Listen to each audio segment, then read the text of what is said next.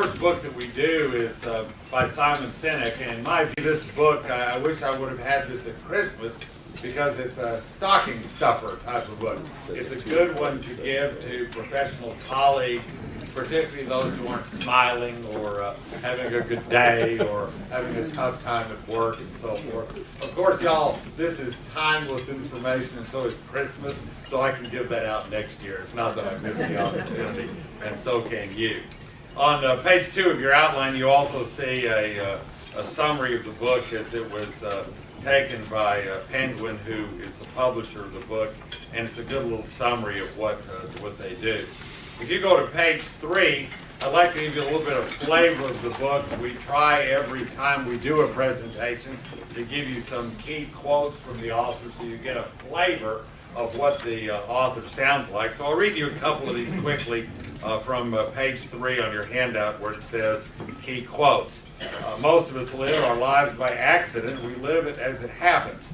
Fulfillment comes when we live our lives on purpose. A team is not a group of people that work together. A team is a group of people that trust each other. A star wants to see himself rise to the top. A leader wants to see those around him become stars. And then this came from the inside cover. I thought it was particularly good. Though there are many paths to follow into the unknown future, there is one way that dramatically increases the chances we will enjoy the journey: to travel with someone else. We can try to build a successful career or happy life alone, but why would we? Together is better. And so that, of course, is the title of the book, Together is Better, a little book of inspiration.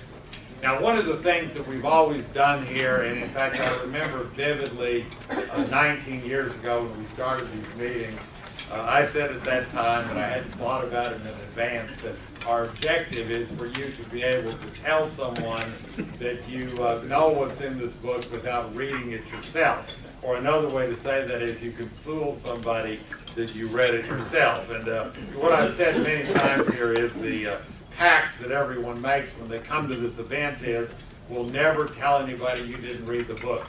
So if you talk about it or you put it in emails or you say something about it in a meeting, we'll never tell. That's the agreement that everyone has here. So I'm going to give you 2 things where you could fool somebody you read this book yourself. One is this book is full of illustrations.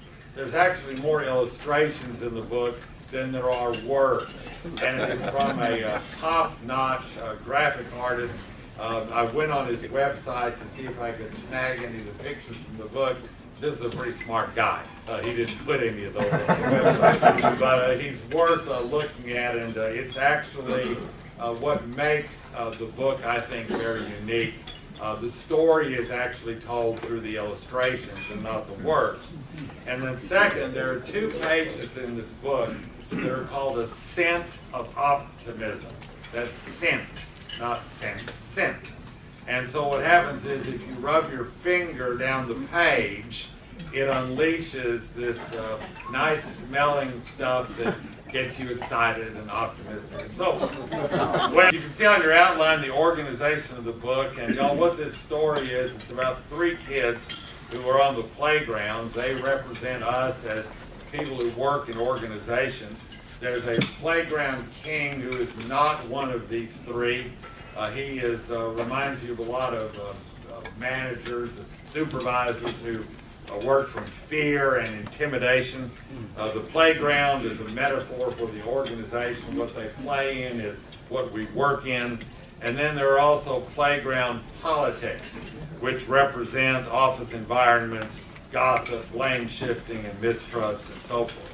So what this is a story about is how these 3 kids decide to work together, rise up, and eventually actually win this playground king over. But you wouldn't know that from the words in the book.